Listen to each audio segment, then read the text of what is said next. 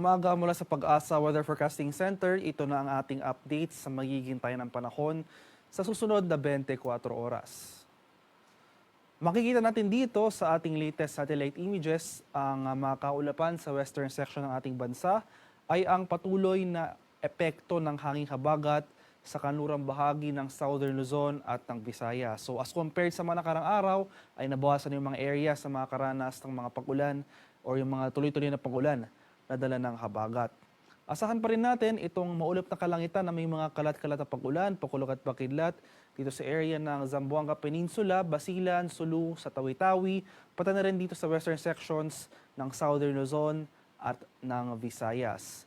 Sa nalalabing bahagi naman ng ating bansa, including Metro Manila, ay makaranas tayo ngayong araw ng generally fair weather conditions, maliban na lamang sa mga tsansa ng isolated rain showers or localized thunderstorms. Magpapatuloy pa yung mga ulan na dala ng habagat sa mga nabanggit na lugar over the weekend. At pagsapit naman ng early next week sa araw ng Lunes, inasahan natin ang bahagyang pag-atras o yung bahagyang paghina ng epekto ng hanging habagat sa ating bansa. So posibleng maging offshore na lang or offshore na lang yung mga pag-ulan na dala ng habagat. Ibig sabihin po nito, hindi po aabot yung mga pag-ulan na dala ng habagat pagsapit ng early next week. At most likely itong area na lamang ng Palawan ang makakaranas ng mga pag-ulan na dala ng habagat. Kasabay ng paghina ng southwest monsoon, inasahan naman natin ang muling paglakas o yung muling pag-iral ng easterlies dito sa silangang bahagi ng ating bansa. So pagsapit naman ng Tuesday hanggang Wednesday next week, asahan natin ang mataas sa tsansa ng mga pag-ulan na dala ng easterlies dito sa eastern section ng Southern Luzon at itong eastern section ng Visayas. Sa nalalabing bahagi naman ng ating bansa ay or sa loob at labas naman ng ating Philippine Area of Responsibility, wala naman tayong binabantay ang low pressure area o anumang sama ng panahon na maaring makaapekto sa anumang bahagi ng ating bansa sa mga susunod na araw.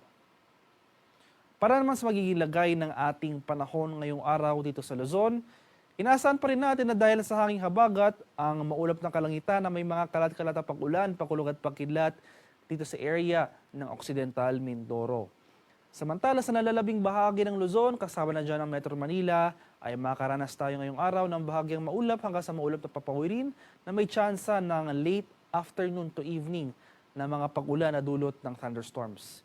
Sa mga areas naman ng Palawan, Visayas at dito sa Mindanao, itong western section ng Mindanao, particular na nga sa areas ng Zamboanga Peninsula, Basilan, Sulu, sa Tawi-Tawi, pati na rin dito sa buong Palawan at Western Visayas, makakaranas tayo ngayong araw ng mataas sa tsansa ng mga tuloy-tuloy na pag-ulan na dala ng habagat. At ngayong madaling araw pa lamang, nakapagtala na tayo ng mga pag-ulan na dulot ng thunderstorm activity dito sa central at southern portions ng Palawan. At inaasahan natin na for the remainder of the day, mas marami pang areas ng Palawan ang makakaranas ng mga pag-ulan na dala ng habagat at makakaranas rin tayo ng mga kaulapan at pag-ulan dito sa western Visayas at western section ng Mindanao.